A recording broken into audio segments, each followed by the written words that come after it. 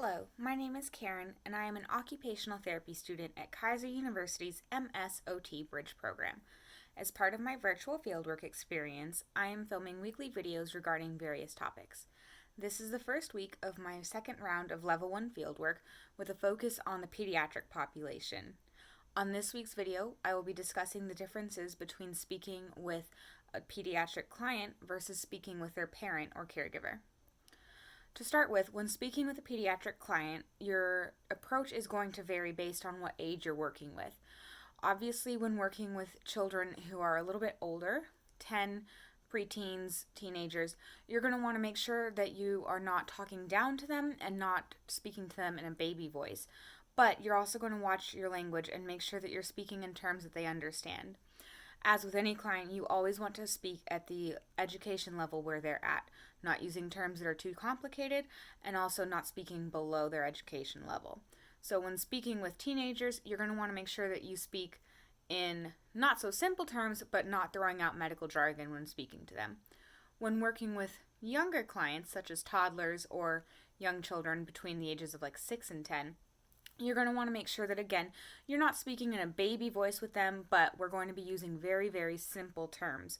So, for example, for a nurse who's going to be taking blood pressure or putting EKG lines onto their chest, you might say this strap is going to give your arm a really tight hug, or you might say that you're going to be putting stickers on their chest that's going to help us see that their heartbeat is working well.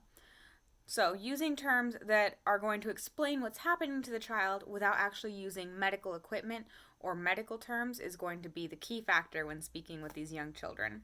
For therapy, when working on, for instance, ADLs, I might tell a teenager, okay, today we're going to go ahead and see how you're doing with your ability to participate in writing and typing and other school-related tasks to make sure that you're still able to participate in your education, which I know is important to you because you told me how much you wanted to continue on to college.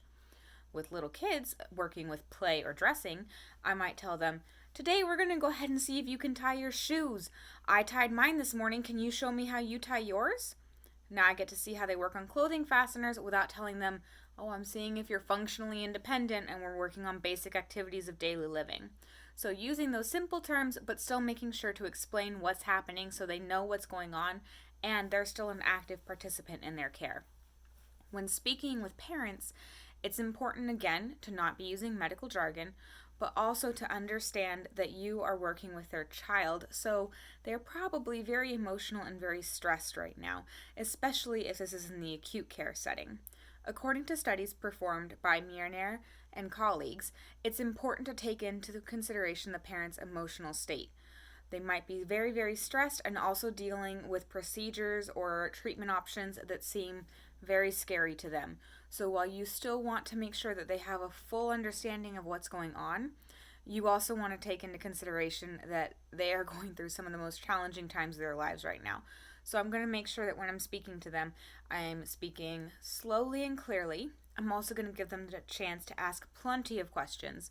And while I might not tell them oh, I'm going to see if your kid can put the shoelace around the bunny hole, I'll tell them, I'm working with your child today to see how they manage clothing fasteners with dressing. Simple terms, it also lets them know why I'm watching their child tie their shoes, even though that might not seem therapeutic.